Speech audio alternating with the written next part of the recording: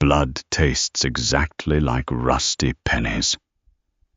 That was my only coherent thought when my stepmother shoved me onto the rain-slicked pavement at the feet of a man the entire city whispered about in the dark.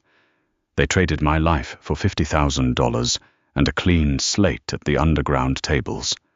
I was supposed to be a corpse by morning, a disposable plaything for a monster. But monsters don't always wear fangs. Sometimes, the only way to survive the dark is to rule it. Stick around. Rain soaked through the thin soles of my canvas sneakers, chilling my toes to the bone. I stood in the alleyway behind a dilapidated strip mall, the neon sign from a failing liquor store casting sickly pink shadows across the wet asphalt. "Stand up straight, Nora. Stop looking so pathetic." Diane's voice was a harsh hiss, barely carrying over the sound of the downpour. My stepmother smelled of cheap vanilla body spray and nervous sweat. Her fingers dug into my bicep, her acrylic nails sharp enough to leave crescent moon bruises through my damp sweater. Next to her, my stepsister Chloe was furiously texting on her phone, pretending this wasn't happening. Chloe's designer boots, bought with the last of my father's life insurance money, splashed in a puddle as she shifted her weight. I didn't scream. Screaming requires energy, and I had been running on empty for 3 years. Since my father's heart gave out, I had been the maid, the punching bag, and the primary source of income for these two parasites. Now, I was currency. Headlights cut through the rain, blinding us. A black SUV rolled to a stop, its heavy tires crunching over broken glass and wet gravel. The engine idled with a low, predatory hum. Chloe finally looked up from her screen, her jaw tightening. Diane's grip on my arm became agonizing. A man stepped out of the driver's side. He wasn't the monster. He was just a guy in a tailored suit that probably cost more than my entire miserable existence. He opened an umbrella, walked around the back of the SUV, and opened the rear door. Gabriel Costa stepped onto the pavement. He didn't look like the boogeyman the local news made him out to be.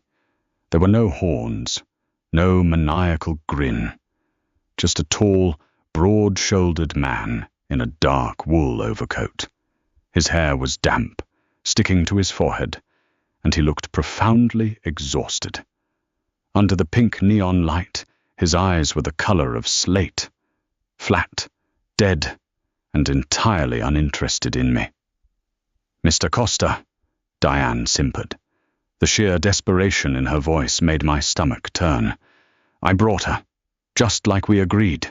Gabriel didn't look at her. He looked at me. His gaze traced the line of my jaw, dropping to the frayed cuffs of my oversized sweater, then to my soaked, trembling knees.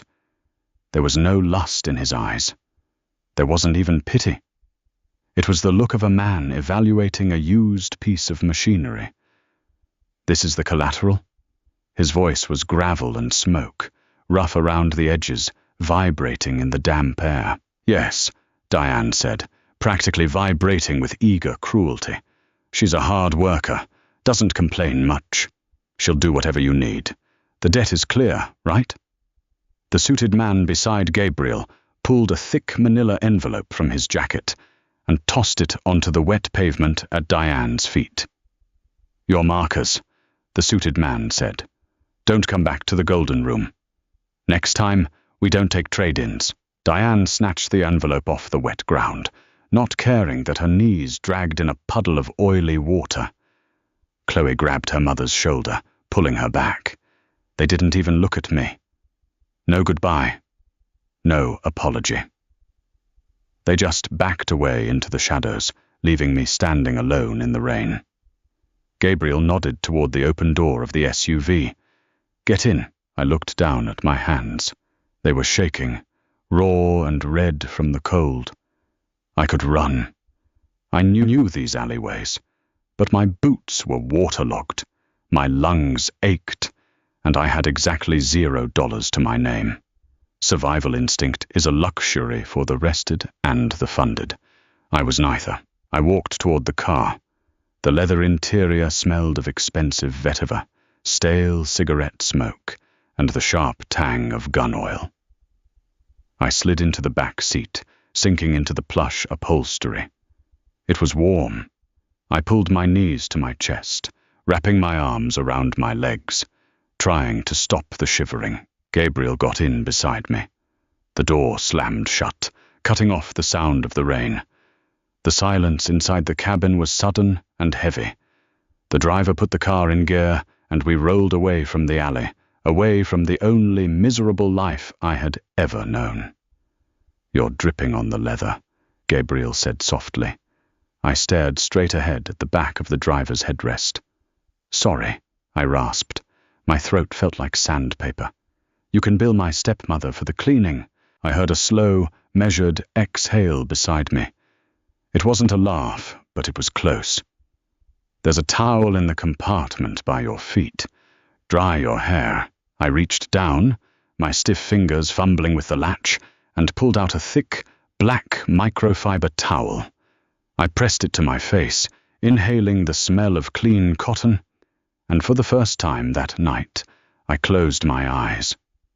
I was entirely at the mercy of a cartel boss, a man who allegedly gutted his rivals and left them in shipping containers. Yet, as the heater blasted over my freezing skin, I felt something terrifyingly close to relief. The Costa estate wasn't a dungeon. It was a fortress disguised as a mid-century modern architectural marvel, nestled into a cliffside overlooking the churning black waters of the bay.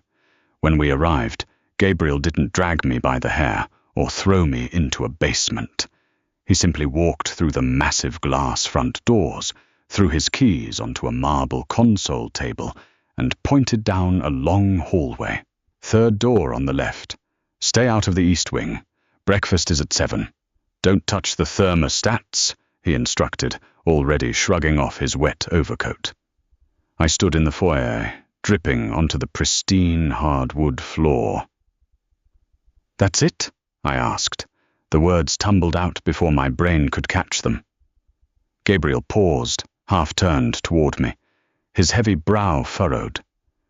"Were you expecting a tour? It's late. Go to sleep." I was expecting... I swallowed hard, the reality of my situation finally clawing at the back of my throat.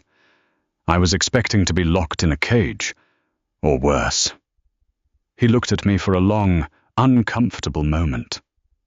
The silence in the house was absolute. No ticking clocks, no hum of a refrigerator, just the distant, muffled crash of waves against the rocks below. "Your stepmother owed me $50,000, Gabriel said, his tone conversational, as if we were discussing the price of groceries.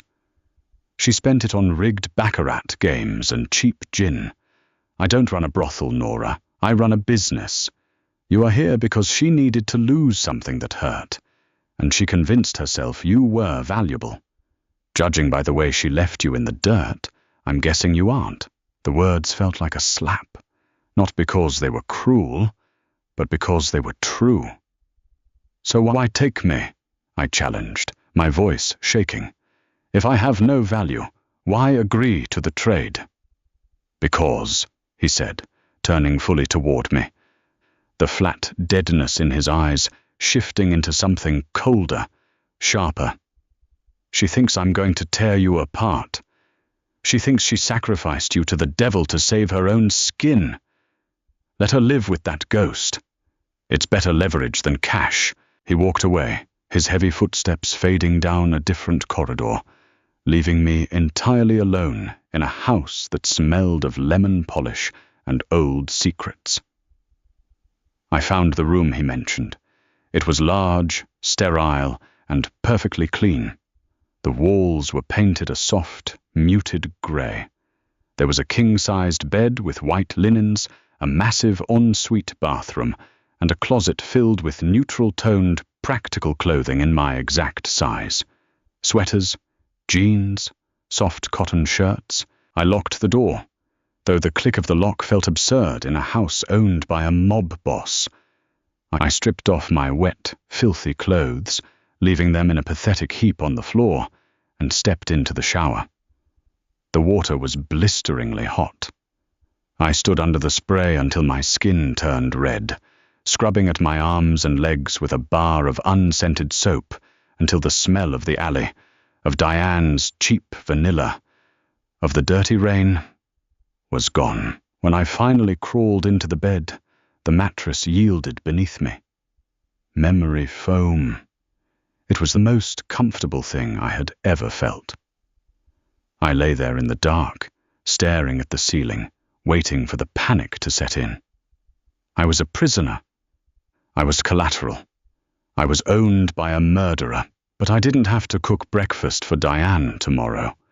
I didn't have to scrub Chloe's vomit out of the rug after her benders. I didn't have to work a double shift at the diner just to watch my paycheck disappear into Diane's purse. I closed my eyes, the irony tasting bitter on my tongue. The safest I had felt in years was in the bed of a monster. The next few weeks fell into a bizarre, suffocating routine. I was a ghost, haunting a beautiful machine. There were guards, of course, men in suits who stood at the perimeter of the property.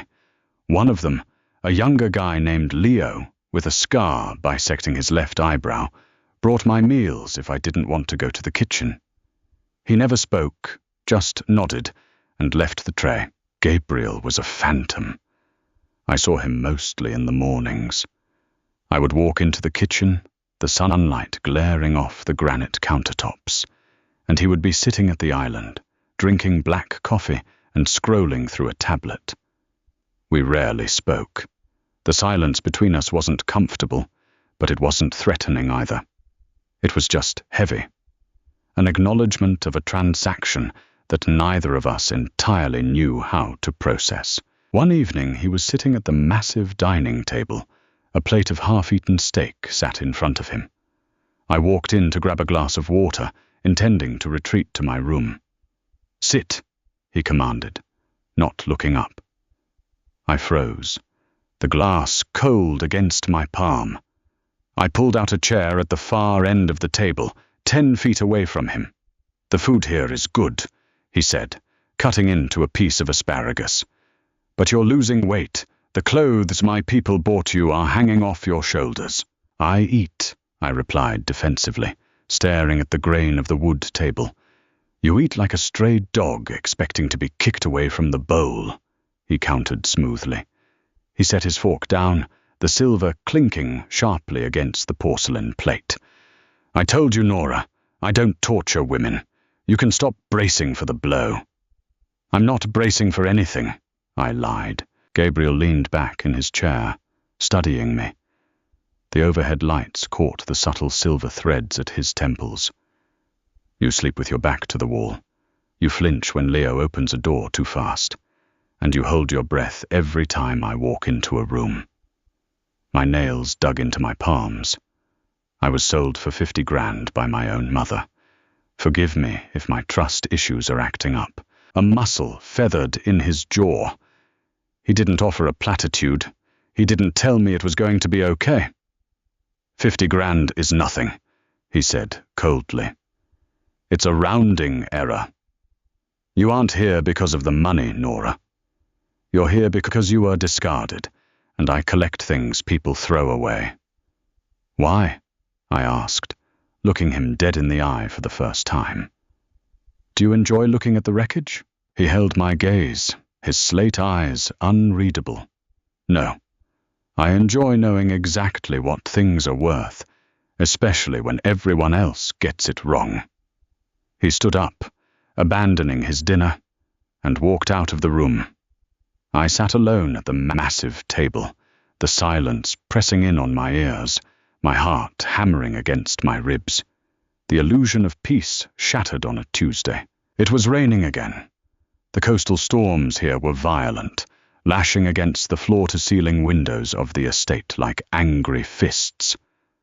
I was sitting in the massive, dimly lit library, curled up in a leather armchair, with a book I wasn't really reading. The smell of old paper and dust hung in the air, a dry contrast to the wet chaos outside. Just past midnight, the front door slammed open. I jolted, the book slipping from my lap. The heavy thud of boots echoing in the foyer wasn't rhythmic or measured. It was clumsy, stumbling. I crept out of the library, pressing my back against the cool plaster of the hallway wall. From my vantage point, I could see the entryway. Gabriel was leaning heavily against the marble console table. His dark overcoat was soaked, but it wasn't just rain. In the harsh, bright light of the chandelier, the wet sheen on his left side was unmistakably crimson. He was gasping, short, sharp intakes of breath that rattled in his chest.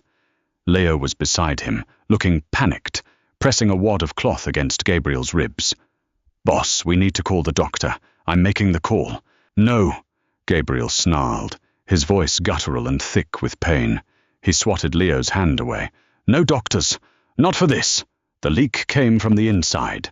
If the doc comes here, it flags the system. We handle it."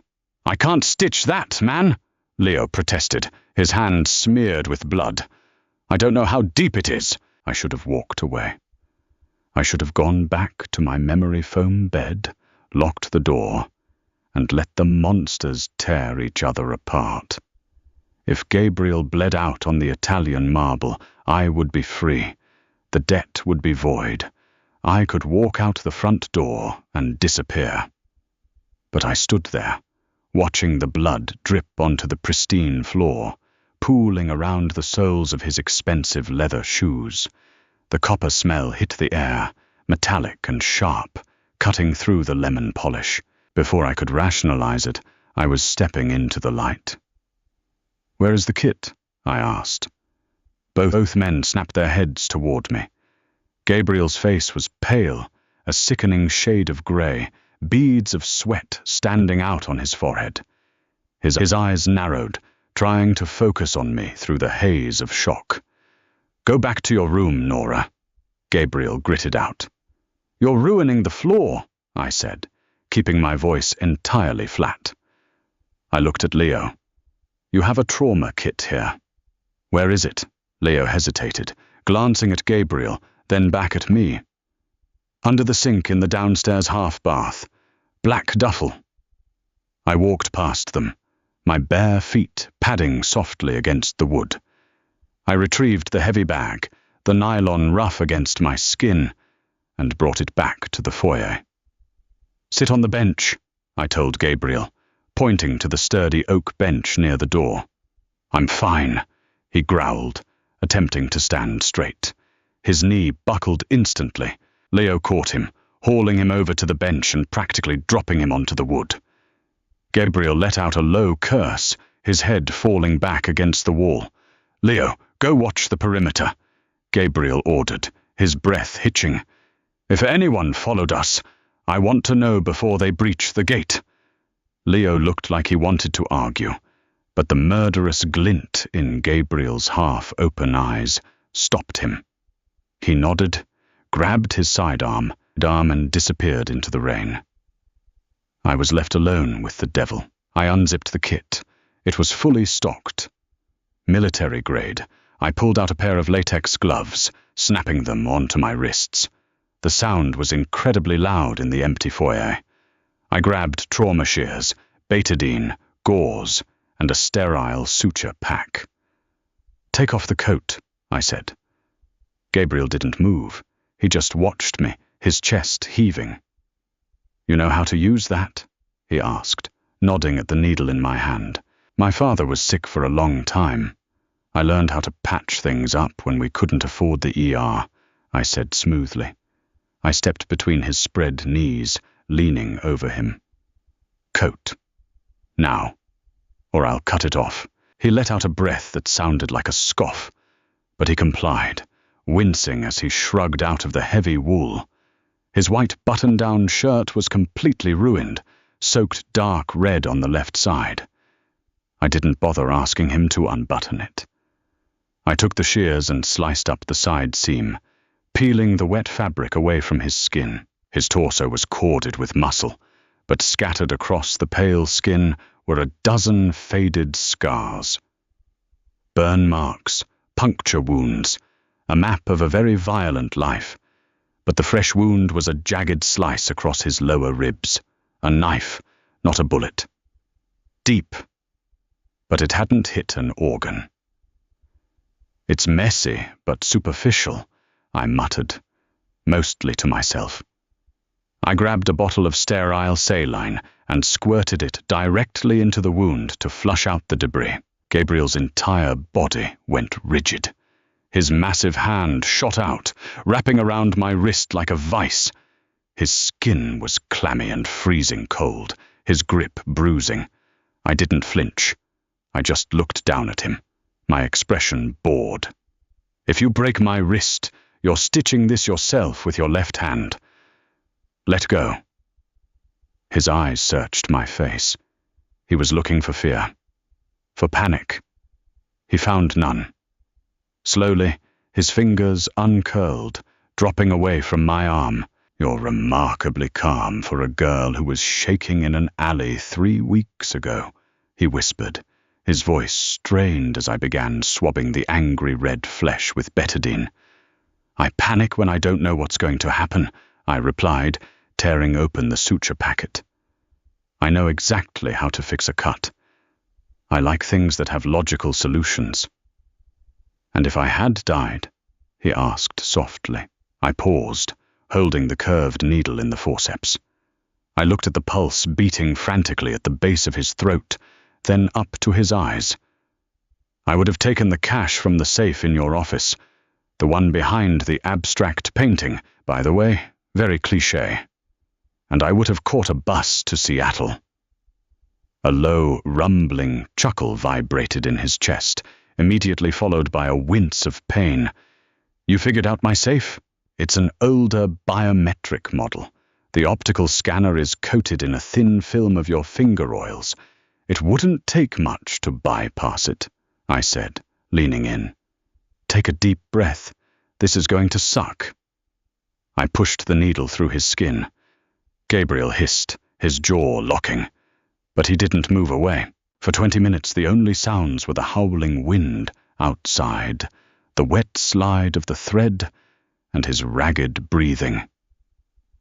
I worked methodically, tying off neat, tight knots. I was so close to him I could smell the gunpowder on his skin, beneath the metallic stench of the blood. I could feel the heat radiating from his chest. It was the most intimate contact I had had with another human being in years, and it was entirely clinical. "Why didn't you run?" he asked suddenly. The silence had stretched too thin. I clipped the end of the thread and grabbed a bandage. "I just told you. You aren't dead." "No," he said, his voice dropping an octave, finding a steady, dangerous rhythm despite the blood loss. "In the alley. You didn't fight. You didn't scream. Diane handed you over to a cartel boss, and you just got in the car." I pressed the adhesive bandage firmly against his side, my hands lingering for a fraction of a second too long against his warm skin before I pulled back. I stripped the bloody latex gloves off, tossing them into the trash bag.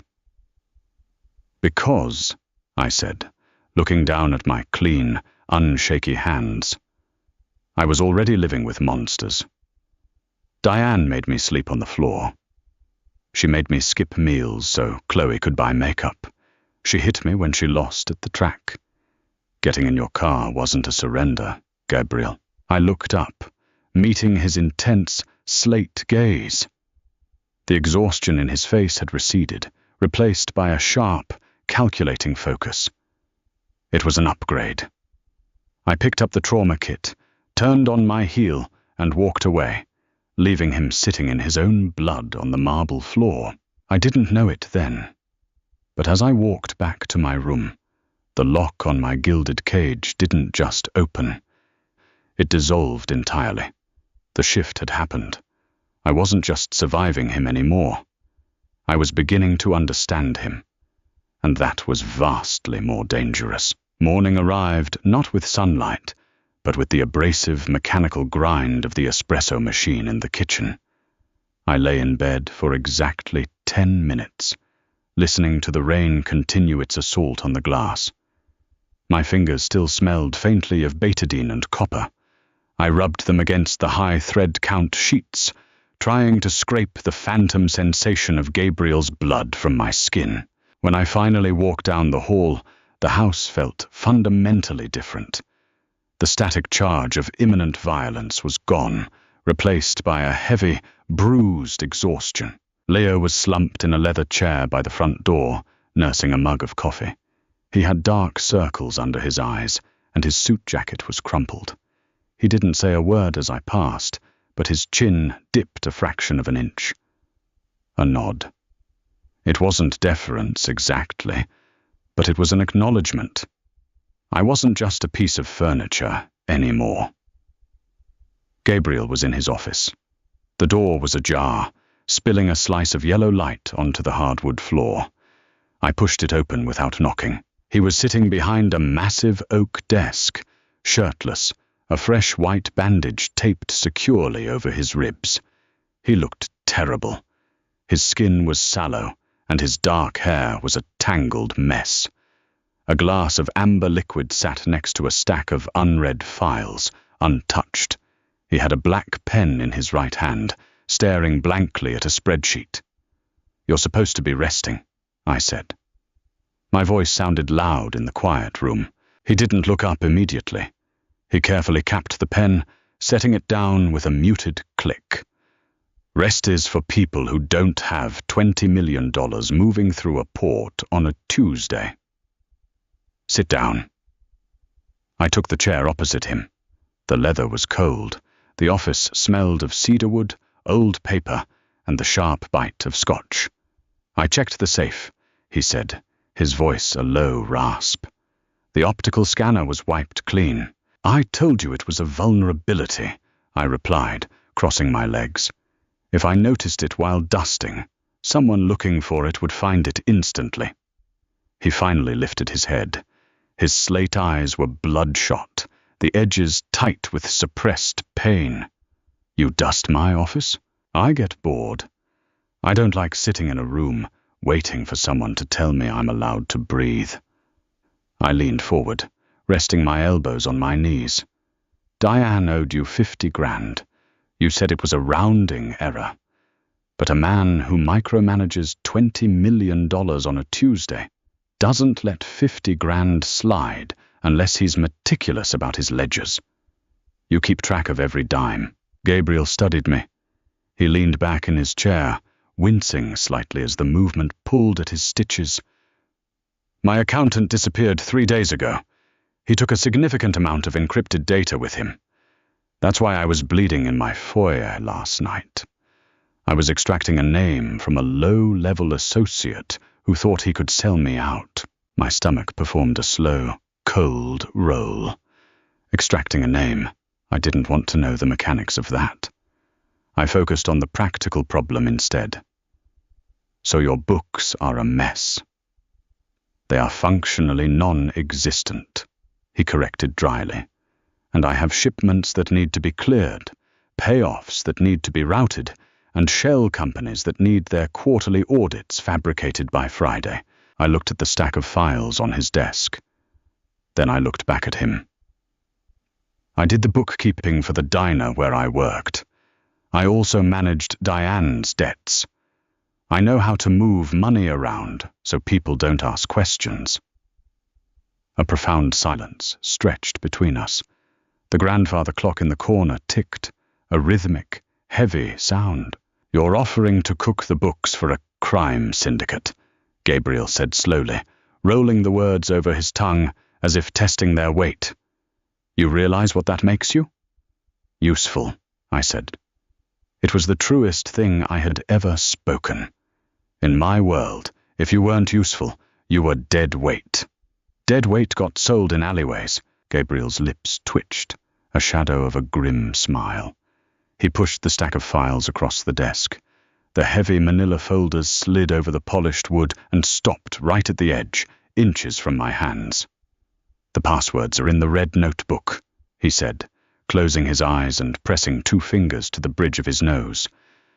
"Don't mess up the routing numbers. If a wire goes to the wrong account, I have to kill people to get it back. and I'm far too tired for that today. I pulled the files toward me. The paper was rough under my fingertips. It felt like control. For the next 4 days, the office became my sanctuary. I learned the anatomy of a criminal empire.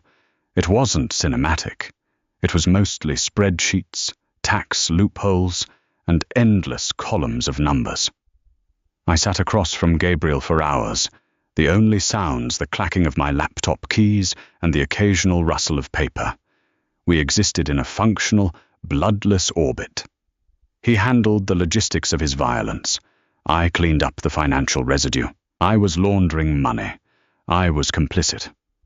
But as I balanced an account that funneled illegal gambling profits into a legitimate real estate holding, my hands didn't shake once. Friday night arrived with the suffocating humidity of an impending storm. The air inside the estate felt thick, charged with the kind of tension that makes the hairs on your arms stand up. Gabriel had summoned his inner circle. A dinner. It was a power play, designed to show his capos that the rumor of him bleeding out in a ditch was entirely exaggerated. He was functional, he was in control, and he wanted me at the table.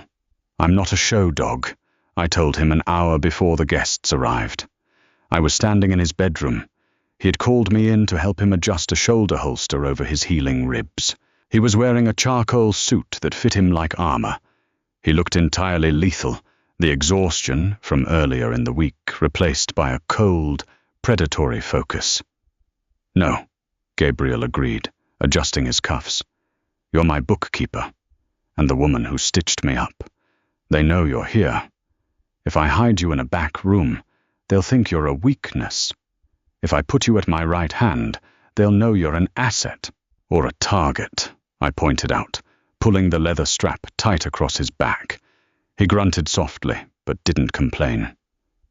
"Only if you look like prey," he murmured, turning to face me. He reached out, his large, calloused fingers brushing against the silk collar of the dress he had sent to my room earlier that afternoon. It was deep emerald, simple, tailored, and entirely too expensive. "Don't look like prey, Nora." The dining room was a theater of cruelty, disguised as a civilized meal. There were 4 men besides Gabriel. They smelled of expensive cigars, stale sweat, and varying degrees of arrogance. I sat directly to Gabriel's right. The crystal wine glass felt fragile in my grip. A man named Victor, a thick-necked enforcer with a spiderweb tattoo crawling up his throat, spent the first course staring at my chest. Beside him was Dante, Gabriel's alleged second-in-command. Dante was lean, sharp-featured, and possessed a smile that didn't reach his dead, black eyes. "So," Dante said, dragging his knife across his steak with unnecessary force. The metal shrieked against the porcelain. "This is the stray you picked up from the Costa Mesa game. I heard she cost you 50 large. Seems steep for a maid." The table went dead silent. The clinking of silverware stopped. Gabriel didn't look at Dante. He calmly lifted his wine glass, taking a slow sip. He was waiting. He was testing me. My heart hammered a frantic rhythm against my ribs, a trapped bird looking for an exit. But I remembered Diane. I remembered the men she brought home, the ones who spoke to me like I was dirt under their boots. I had survived them by shrinking. I wasn't shrinking tonight. I set my fork down. The click was sharp and authoritative. I looked directly into Dante's eyes. 50,000 is an interesting number for you to scoff at, Dante, I said, my voice eerily calm. The pitch was low, steady.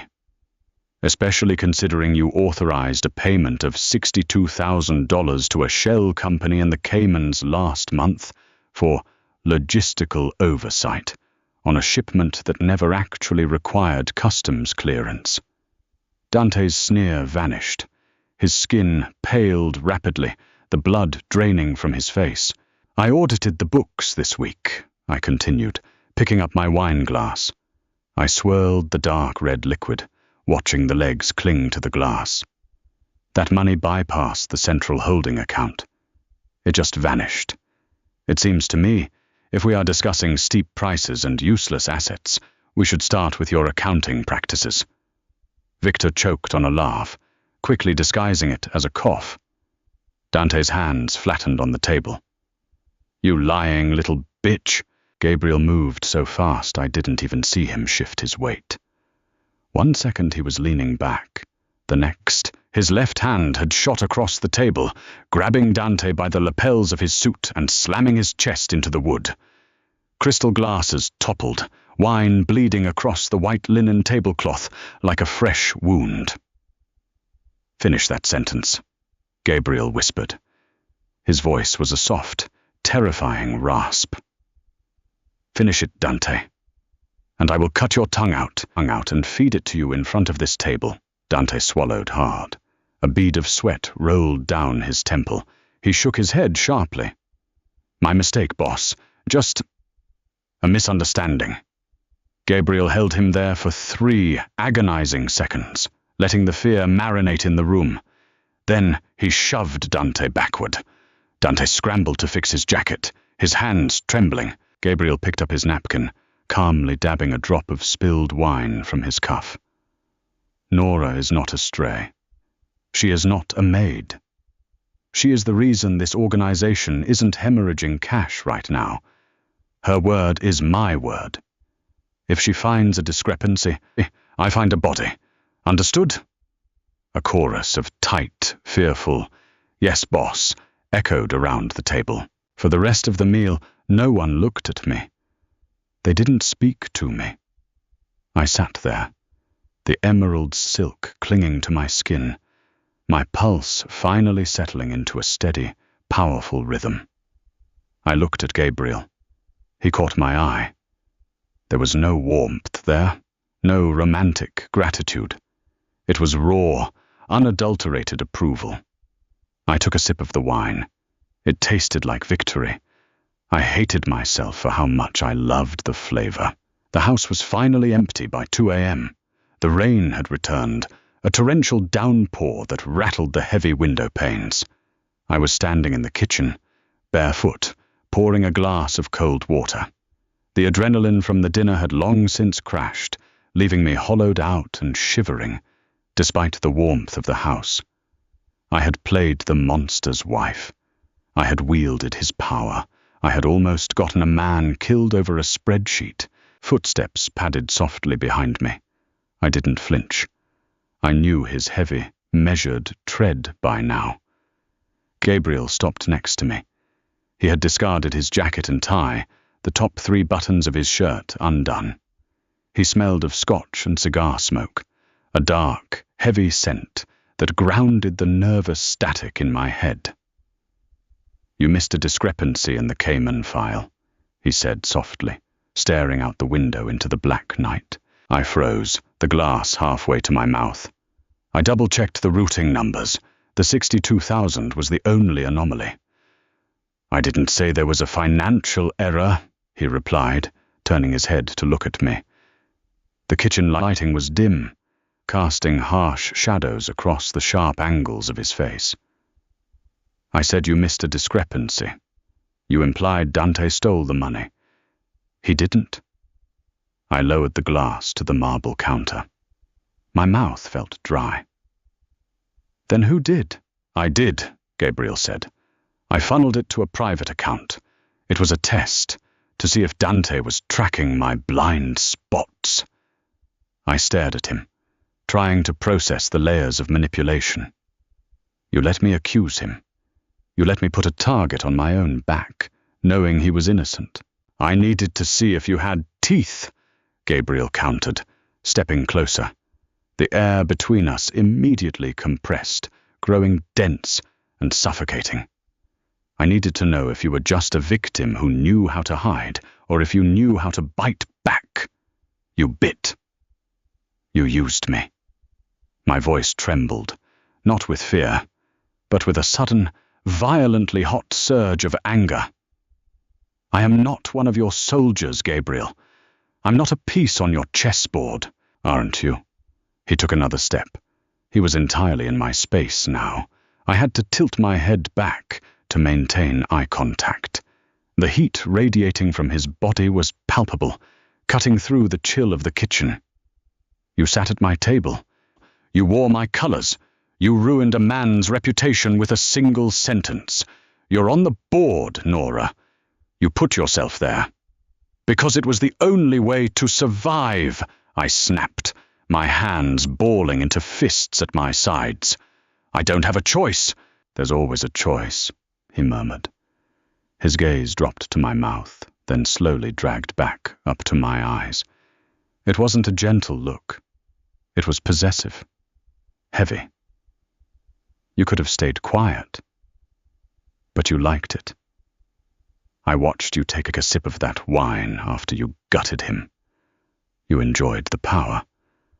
I hate it, I lied. The words tasted like ash. Gabriel reached out. I braced myself, expecting pain, but his large hand simply cupped the side of my neck. His thumb brushed against my jawline. His skin was rough, calloused from years of gripping weapons and breaking bones, but his touch was excruciatingly deliberate. "You are a terrible liar," he whispered, his voice vibrating against my skin. I couldn't breathe. My lungs forgot how to expand. The scent of him, smoke, alcohol, danger, was intoxicating. I should have pushed him away. I should have run back to my sterile room and locked the door. But the anger and the adrenaline, and the sheer, exhausting relief of being seen, not as a victim, not as collateral, but as something dangerous, snapped the last remaining wire in my brain. I grabbed the front of his shirt and pulled him down. The kiss wasn't a romance novel. It was a collision. It was teeth and friction and desperate, bruising pressure. Gabriel groaned, a low, guttural sound that vibrated straight into my chest. His arms wrapped around me, one hand tangling in my hair, pulling my head back to deepen the angle, while his other arm banded around my waist, lifting me entirely off the cold floor. I tasted scotch and aggression. I kissed him back with all the rage and terror I had swallowed over the last 3 years. My hands found the warm, corded muscle of his shoulders, gripping him tightly, anchoring myself in the center of the storm. He backed me up against the kitchen counter, the marble biting into my lower back. The impact jarred him, and he winced sharply, tearing his mouth away from mine. He rested his forehead against my shoulder, his chest heaving, his breath hot against my collarbone. "Your stitches?" I gasped out, my hands immediately dropping from his shoulders to hover over his ribs. "Screw the stitches," he gritted out, his voice thick and ragged. He didn't pull away. He just stood there, holding me against him, his face buried in the curve of my neck. I let my hands settle on his back, feeling the heavy, uneven thud of his heart. My own pulse was deafening. We stayed like that for a long time, the rain washing the windows, the silence in the kitchen heavy with the absolute certainty that we had crossed a line. I wasn't just his bookkeeper anymore. I wasn't his collateral. I was his accomplice. And as I held the monster in the dark, feeling his blood and his breath against my skin, I realized the most terrifying truth of all. I didn't want to be anywhere else. Sunlight felt like a physical assault the morning after I kissed a murderer. I woke up in my own bed, my lips bruised, and my lower back aching from the sharp edge of the marble counter. Gabriel was already gone when I had retreated to my room hours earlier, leaving behind only the ghost of his scotch on my tongue and a profound, terrifying shift in my reality. I stood under the shower spray until the water ran lukewarm, scrubbing my skin as if I could wash away the complicity. It didn't work. When I looked in the fogged mirror, I didn't see the terrified girl from the alley. I saw a woman who had tasted power and swallowed it whole, The illusion of a quiet morning shattered at exactly 9:14 a.m. It didn't start with an explosion or a dramatic yell.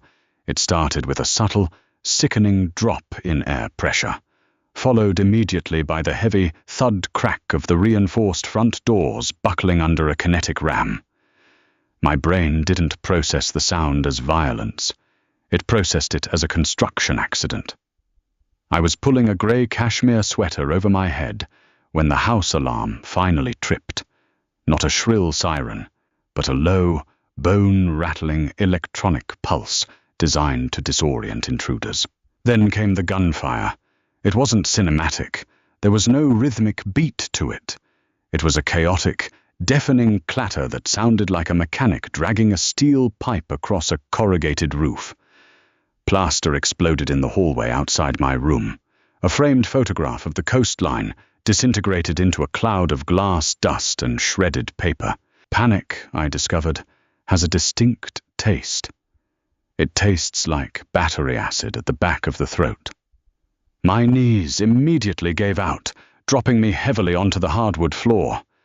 My hands shook so violently I couldn't grip the edge of the bed to pull myself up. Nora! The roar of my name cut through the mechanical screaming of the alarm. Footsteps pounded down the hall, heavy and frantic. My bedroom door didn't just open. It flew off its hinges, the wood splintering inward. Gabriel filled the frame. He had a matte black rifle in his hands, his knuckles bone white. He wasn't wearing a suit today. He was in dark jeans and a tactical vest strapped over a black Henley, and he looked entirely terrifying. There was a smear of wet crimson across his left cheekbone. "Get up!" he barked, his voice devoid of the dark warmth from the kitchen. This was the cartel boss. This was the monster. I scrambled to my feet, my socks slipping on the polished wood. "What is happening?" "Dante," Gabriel said, grabbing my forearm and yanking me into the hallway. The grip was brutal, leaving no room for argument. "He sold the gate frequency to the Russian syndicate on the north side. They bypassed the perimeter. We have 4 minutes before they breach the inner security doors." The hallway was filled with a thick, acrid grey smoke that smelled of ozone and burnt sulfur. My lungs burned with the first breath. I coughed, my eyes watering blindly. "Where is Leo?" I choked out, stumbling as Gabriel dragged me toward the east wing, the wing I had been explicitly told never to enter. "Holding the foyer," Gabriel grunted, raising his rifle as we rounded a corner. He fired 3 deafening bursts down the stairwell. I didn't look to see what he was shooting at. I squeezed my eyes shut and kept my feet moving. We reached a heavy steel door at the end of the corridor. Gabriel slammed his palm against a biometric scanner. The light flashed red. "Access denied." Gabriel cursed, a visceral, ugly sound. He hit it again. "Red." "Dante wiped the local network," Gabriel growled, dropping the rifle to let it hang on its sling. He pulled a heavy sidearm from his hip. "He's locking us out of the bunker. He's executing a hostile takeover of the digital infrastructure, while his new friends slaughter my men." My terror suddenly crystallized into something entirely different. Clarity. I wasn't a soldier. I didn't know how to shoot. But I knew how Dante's mind worked. I had spent a week inside his ledgers. Dante wasn't a tactical genius. He was a parasite who relied on automation. "Gabriel," I gasped, grabbing his tactical vest. "The server room. Where is the physical hardware?" He looked down at me, his slate eyes wide and feral. "Basement level." "Why?" "Because Dante is an idiot who routes his secondary overrides through the main accounting terminal," I said, my voice shockingly steady. "If we get to the servers, I can physically bypass the biometric firewall using the back door I found in his offshore routing software." Gabriel stared at me for a fraction of a second. The sounds of boots on the stairs behind us were getting louder. Men were yelling in a language I didn't understand. "If we go to the basement, we are cut off from the extraction point," Gabriel said flatly. "If you can't open that bunker door from the terminal, we die down there." I looked at the blood on his face. I looked at the dark hallway. I remembered the rain in the alley, the feeling of being entirely powerless, waiting for someone else to decide my fate. "I can open it," I said. Gabriel didn't hesitate. He grabbed my hand, his fingers lacing tightly through mine. "Run!" The basement smelled of damp concrete and hot server racks. The hum of the massive cooling fans masked the sounds of the dying house above us. Gabriel shoved me into the glass-walled server room, immediately turning his back to me to cover the solitary steel door we had just come through. "2 minutes, Nora," he said, his breathing ragged. He leaned heavily against the doorframe, his left hand pressing instinctively against his ribs where his fresh stitches had undoubtedly torn. Blood was seeping through his dark shirt. "They're sweeping the ground floor. They'll find the stairwell soon." I didn't answer. I dropped into the rolling chair in front of the main terminal. The screen was locked, displaying a generic corporate logo. My fingers hovered over the mechanical keyboard. They were covered in plaster dust and shaking slightly. But the moment I touched the keys, muscle memory took over. I bypassed the front-end login, pulling up the command prompt. Black screen, white text, a logical, bloodless battlefield, I typed frantically, punching in the strings of code I had used to audit the Cayman accounts. Dante had used the same encryption key for the security grid that he used for his slush funds. It was a classic mistake made by arrogant men. They reused passwords because they believed they were untouchable. "They're on the stairs," Gabriel said. His voice was terrifyingly calm. I heard the metallic clack of him ejecting a spent magazine and sliding a fresh one into his sidearm. "I'm in the local network," I yelled back, staring at the cascading lines of data. "Locating the biometric lock directory." "Hurry!" I found the directory, but as I opened the subfolder, another window popped up on my screen. It was an active transfer protocol. Dante wasn't just locking us out. He was emptying Gabriel's primary operational accounts. Millions of dollars were actively draining into a blind trust in Malta. He was stripping the empire down to the studs while we were trapped in the basement. "Gabriel," I said, my voice dropping. "He's draining the accounts, all of them. The payroll, the bribes, the shipping logistics. He's taking the liquidity." Gabriel didn't turn around. He kept his gun trained on the hallway. "Let it go. Just open the bunker." I stared at the progress bar. 42% transferred. If Dante took the money, Gabriel's cartel would collapse. A boss without money couldn't pay his soldiers. He couldn't buy loyalty. Even if we survived the night, Gabriel would be a king ruling over ashes. The rival syndicates would tear him apart within a week, and if Gabriel fell, I fell. I would be a penniless widow of a dead mobster. I would be right back in the alley. "No," I whispered. "Nora, open the damn door!" Gabriel shouted as a spray of bullets shattered the plaster in the hall outside. "I'm opening it, but I'm doing something else first," I muttered. I opened a secondary terminal window. I didn't try to stop Dante's transfer. Stopping it would trigger his fail-safes. Instead, I altered the destination. I pulled up the routing number for the dummy corporation I had set up 2 days ago, a completely untraceable shell company whose only signatory was a girl named Nora. I highlighted Dante's Malta account. I deleted it. I pasted mine. Enter. The progress bar stuttered, turned green, and resumed. 65% transferred. 80%. "They're at the door!" Gabriel fired twice. A heavy body hit the floor outside with a wet thud. I tabbed back to the security directory. I found the lock protocol for the bunker door at the end of the hall. I highlighted the locked status and typed "Open." Enter. A massive, echoing, mechanical groan vibrated through the concrete floor. The heavy vault door, 10 yards down the corridor, slowly swung inward. "It's open!" I screamed, grabbing the external hard drive from the console and shoving it into my pocket. Gabriel grabbed my sweater, practically hurling me out of the server room and toward the vault. Gunfire erupted behind us, deafening in the enclosed space. Concrete chips exploded against my legs, stinging like angry wasps. We dove through the vault door. Gabriel hit the manual override button on the inside. The massive steel hinges shrieked as the door slammed shut, sealing with a pneumatic hiss that instantly cut off the noise of the outside world. We were plunged into absolute, pitch-black silence.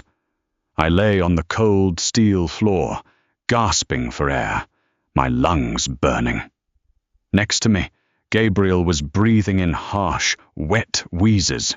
Emergency lights flickered on, bathing the concrete bunker in a sickly yellow glow. The room was sparse. Cots, rations, a medical kit, and a communications terminal. I pushed myself up onto my elbows.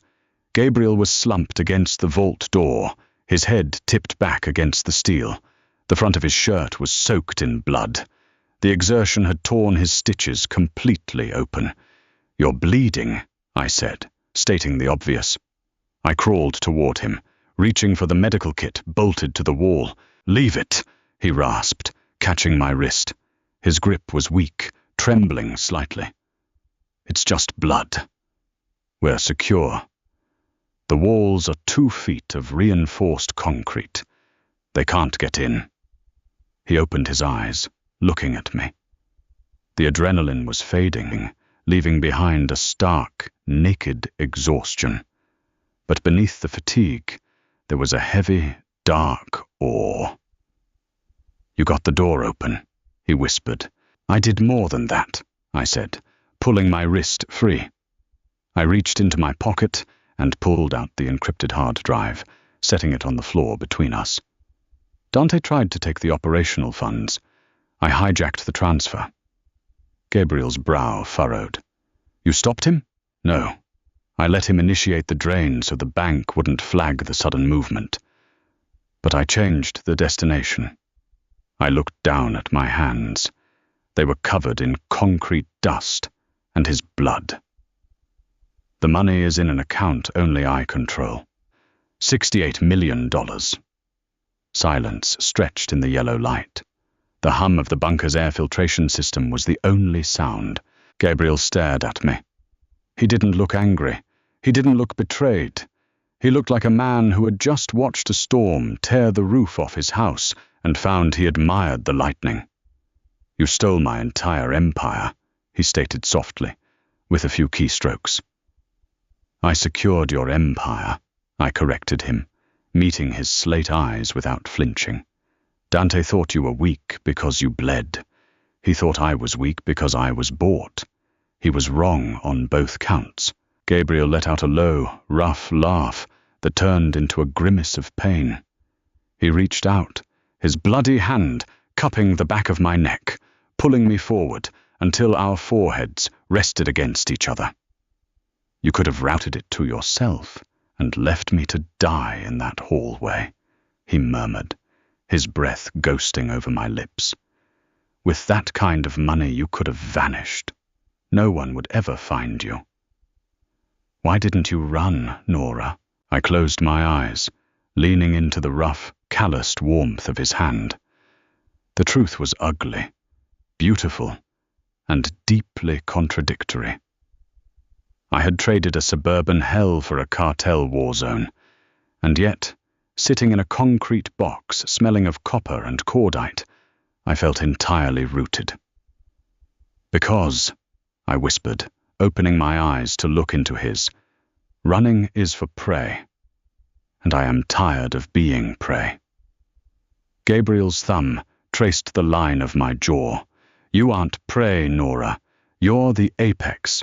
He kissed me, tasting of dust and metallic adrenaline. It wasn't a kiss of possession.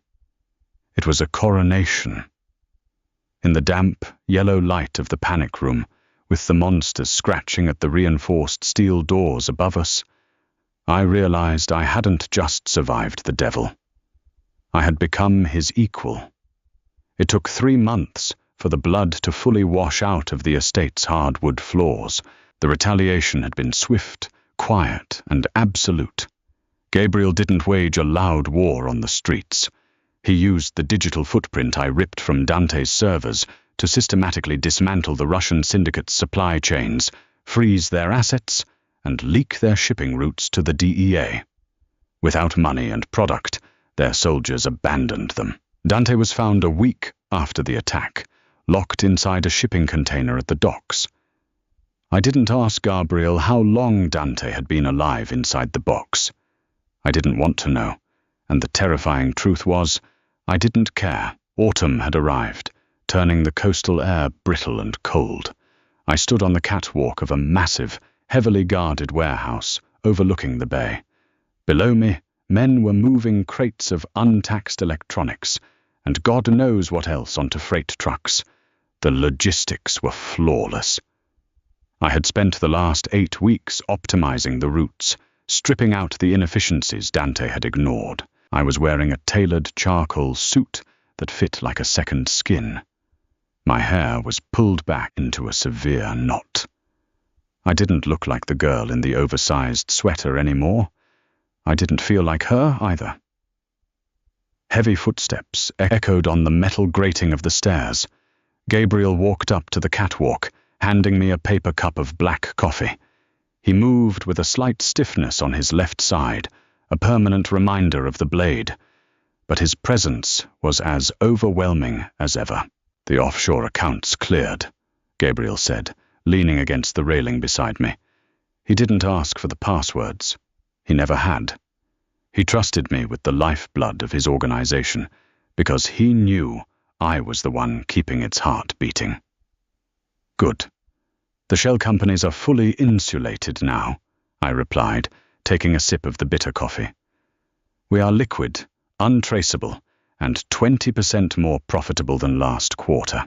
He looked at me, a faint, dark smile playing on his lips. "You're a terrifying woman, Nora." I learned from a terrifying man, I countered smoothly. A heavy metal door at the far end of the warehouse rolled open with a screech. A black SUV drove inside, flanked by 2 armed guards. It parked near the base of the catwalk stairs. A new enforcer, a hulking man named Hayes, who had replaced the casualty of the raid, stepped out of the driver's side. He opened the rear doors and hauled 2 figures out onto the concrete floor. My stomach gave a phantom lurch, an old reflex I couldn't completely suppress. Diane and Chloe, they looked terrible. The veneer of cheap suburban luxury was entirely gone. Diane's dyed blonde hair was a rat's nest, her roots grey and greasy. She was wearing a stained tracksuit. Chloe looked thin, her designer clothes replaced by faded jeans and an oversized hoodie. They were both shaking violently in the cold warehouse air. "Boss," Hayes called up to the catwalk. "Found these 2 trying to secure a loan from the Maroney family down south. They dropped your name as collateral. Said they were family." Gabriel didn't say a word. He just took a step back, folding his arms across his chest, yielding the floor to me. I handed him my coffee and walked slowly down the metal stairs. Each step rang out like a gavel striking wood. Diane looked up. Her eyes went wide, filling with a frantic, desperate relief. "Nora!" she shrieked, her voice cracking. She tried to run toward me, but Hayes grabbed her by the collar, jerking her back. "Oh, thank God. Nora, sweetie, you have to help us." I stopped at the bottom of the stairs, keeping 10 feet of distance between us. I looked at the woman who had made my life a living hell. I expected to feel rage. I expected to feel the urge to scream, to hit her, to inflict the pain she had inflicted on me. But as I looked at her, trembling and pathetic, I felt absolutely nothing. The void was colder than ice. "You owe the Maroneys money," I stated. It wasn't a question. "Just a little bit," Diane babbled, tears streaking her mascara. $80,000. It was a bad run at the tables, Nora. You know how it is. But you can pay it, right? Look at you. You're doing so well. Tell Mr. Costa to pay them off. We're family. Chloe wouldn't even look at me. She kept her eyes glued to the concrete floor, her jaw trembling. You sold me to Gabriel for $50,000, I said, my voice barely above a whisper, yet it carried clearly through the cavernous warehouse. You depreciated my value to cover your own failures. We did what we had to do to survive. Diane sobbed, falling to her knees. Please, Nora. The Maronis. They said they'll break Chloe's legs. You can't let them do that. You're a good girl. You were always such a good, helpful girl. The audacity of her manipulation was almost impressive. She was trying to pull the strings of a puppet that no longer existed. I looked up at the catwalk. Gabriel was watching me, his expression unreadable. He wasn't going to intervene. This was my ledger to balance. I looked back down at Diane. I was a good girl, I agreed softly. But good girls don't survive the dark, Diane. You taught me that. I turned to Hayes. What is the standard penalty for dropping cartel names without authorization? Hayes didn't blink. Usually we take a hand, but since they're civilian debt risks, we just hand them over to their creditors with a message that they have no backing from us. Diane screamed, a raw, animalistic sound of terror. No, Nora, you bitch! You owe me! I kept a roof over your head. I fed you. I walked over to her. Hayes tightened his grip, keeping her pinned. I leaned down until I could smell the stale alcohol and fear on her breath. You kept me as a slave, and then you sold me to a monster, I whispered, my voice dripping with absolute venom. But you made a fatal miscalculation, Diane. You assumed the monster was going to break me. I straightened up, smoothing the front of my jacket. I'm not a charity, and I don't pay off bad debts. Hand them over to the Maronis. Yes, ma'am, Hayes said. He dragged a screaming, thrashing Diane toward the SUV. Chloe followed numbly, crying silently. I didn't watch them drive away. I turned my back and walked up the metal stairs. The heavy, dark satisfaction sitting in my chest was imperfect, brutal, and utterly liberating. When I reached the top of the catwalk, Gabriel handed my coffee back. He didn't offer a platitude. He didn't ask if I was okay. He knew I was. The shipments clear customs at midnight, I told him, looking out over the warehouse floor. Gabriel stepped close behind me, his chest pressing against my back. His arm wrapped around my waist, pulling me securely against him. I leaned my head back onto his shoulder, breathing in the scent of his cologne and the cold warehouse air. Let them clear, Gabriel murmured, pressing a kiss to the side of my neck. The Empire runs on your schedule now, boss. I closed my eyes. The girl shivering in the wet alley was dead. In her place stood the architect of the underworld, held in the arms of the devil himself. And the terrifying truth was, the dark had never felt more like home. If you loved this story of power, betrayal, and dark romance, hit that like button. Right now. Don't forget to share this video with your friends who love deeply emotional Mafia dramas, and subscribe to the channel for more raw, gripping stories every single week. Leave a comment below telling us what you thought of Nora's ultimate revenge. Did her stepfamily get what they deserved? Turn on those notification bells so you never miss a new upload. See you in the next video.